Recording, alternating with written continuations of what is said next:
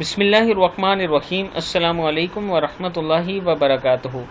عابد راجہ channel کی طرف سے آج میں اپنے دوستوں کو توبہ استغفار کی ایک دعا بتاؤں گا اور اپنے دوستوں سے گزارش کروں گا کہ اس دعا کو کثرت کے ساتھ پڑھا کریں تاکہ اللہ تعالی ہمیں معاف فرمائے اور ہماری دنیا اور آخرت ٹھیک ہو سکے۔ تو شروع کرتے ہیں آج کا لیسن۔ بسم اللہ الرحمن الرحیم۔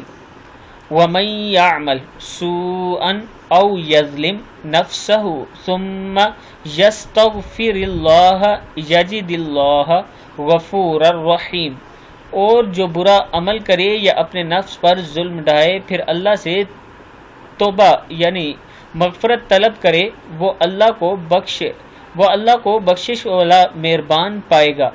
یعنی اگر کوئی گناہ ہو جاتا ہے تو اللہ سے معافی اور استغفار مانگا کریں، توبہ مانگا کریں۔ اللہ تعالیٰ سورہ نساء میں کہتا ہے تو اللہ تعالیٰ کو آپ بخشنے والا اور مہربان پائیں گے۔ اس لیے میں اپنے دوستوں سے گزارش کروں گا کہ اٹھتے بیٹھتے چلتے پھرتے ہر ٹائم استغفار کیا کریں تاکہ اللہ تعالیٰ ہم سب سے راضی ہو سکے۔ اس ویڈیو کو بھی آپ دوستوں نے آگے ضرور شیئر کرنا ہے۔